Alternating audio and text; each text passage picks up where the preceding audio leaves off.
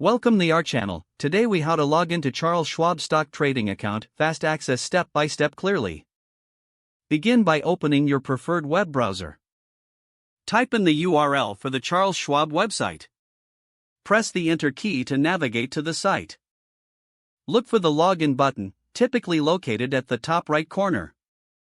Click on the login button. You will be directed to the login page. Enter your user ID in the designated field. Next, input your password in the password field.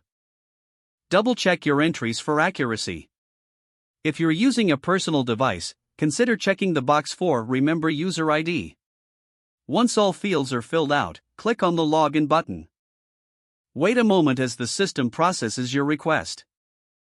If your credentials are correct, you will be taken to your account dashboard. If you encounter an error, check for any typos in your user ID or password. If necessary, use the Forgot User ID or Password link for assistance. Follow the prompts to recover your login information. Once logged in, you can begin managing your stock trading activities. If the page does not load, refresh the browser or try again in a private or incognito window. Make sure you are using the correct email address, then retype it carefully to avoid small typos. If your password is not accepted, use the reset option and create a new strong password you can remember. Check your spam folder for verification or security emails, then complete any requested confirmation steps. Enable two-factor authentication if available to improve account security and reduce unauthorized access risk.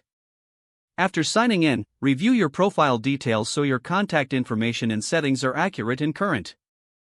If you see an error message, note it down and try again after restarting your device and internet connection. Log out when you finish, especially on shared devices, to keep your account and payment information secure.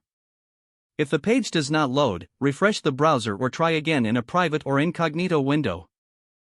Make sure you are using the correct email address, then retype it carefully to avoid small typos. If your password is not accepted, use the reset option and create a new strong password you can remember.